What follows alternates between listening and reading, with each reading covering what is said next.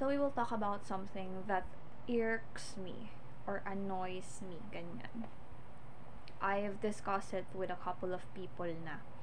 My friends, ganyan, and to strangers as well, whether what are their ganito, ganyan. So we will discuss pet peeves. Ako kasi pet peeve ko is cats and dogs. Joke. Okay, ang corny nun, but the focus of this video is me discussing the things that annoys me kahit sobrang babaw lang niya.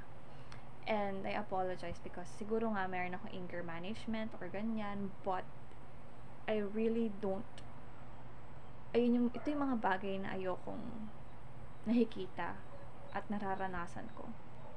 Okay, let's first, in public to ha. So I apologize if you do this, and I apologize then because there are instances that I was also in that situation. I was part of it, ganyan. So let's discuss my pet peeves. I will discuss a couple of them because hindi ko naman lahat madi-discuss. Baka kasi may makalimutan ako, ganyan. So the first one that irks me the most, like ito talaga, hindi ko talaga tumatik.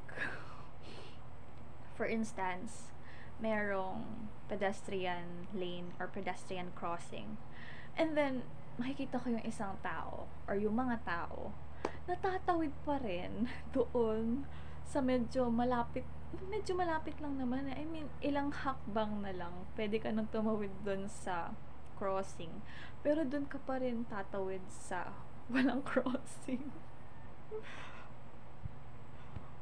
Bakit? Okay, naintindihan ko, they took the opportunity since wala namang dumadaang kotse, ganyan, or any transportation, or any, what's the term? Any vehicles. But, I just hope people follow rules. That's just like basic, sorry, naiinis ako. Lagi ako tumatawid sa pedestrian crossing, kaya parang naiinis ako kapag walang sumusunod sa ganun kasi I follow it, however other people don't. The next one is another etiquette again, which is yung sa elevator. Aminado naman ako noon, hindi ko talaga alam yung etiquette na yun. But the moment I was like enlightened, na-realize ko na that was actually what I have to follow or I have to do as an individual. Sinunod ko na. Yung nasa right yung pag-standing, and then yung left is kapag gusto mo maglakad na paakyat ng escalator. So medyo nababother ako kapag may nakikita akong alam niyo yun, nakatayo dun sa left side. And sometimes yung isang pamilya magkakasama sila, magkukumpol na nakatayo lahat. But okay, I understand it naman. Ganon din kami ng family ko kapag magkakasama kami, and I just hope people will follow it. Sinasabi ko naman sa magulang ko, sa mga kapatid ko. Pero hindi mo talaga sila mapapigil gawin yun. I don't know. Another one is a jeepney naman. Really, this annoys me rin. Even though I experienced this, like, isa ako dun sa kasama rin ako dun sa mga maiingay. Yun nga, yung mga parang maiingay na nagdadaldalan sa jeep na grupo, magkakaibigan, or magkakamag-anak, something like that. Na parang solo nila yung isang jeepney. And I understand that kasi nga kapag kasama ko rin yung mga kaibigan ko, medyo loud kami.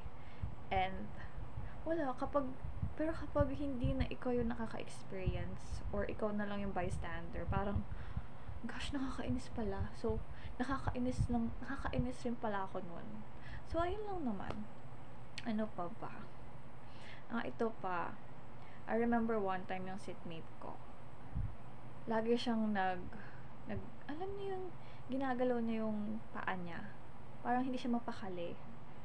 So, ako one time, sabi ko sa kanya, gusto ko nang hawakan yung hita mo para pigilan sa basta nagkukuya-kuy ba? Parang ganon. Pero naka-steady lang siya.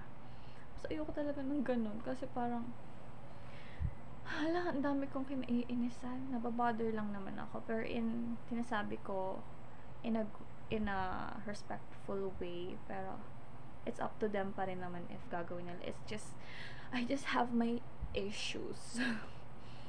And then, ano pa ba? Other than that, marami po eh. Kaso, hindi ko na i-discuss kasi hindi ko na rin talaga maalala. So, that's it. Ang haba niya ng sinabi ko. So, ayun lang naman yung pet peeves ko na di-discuss ko today. Pwede pa natin discuss yun sa yung iba, sa iba pang videos. So, that's all for today. Alam ko wala nanonood ng videos ko, pero this is just a reminder for me sa future. So, that's it. Bye-bye, future self.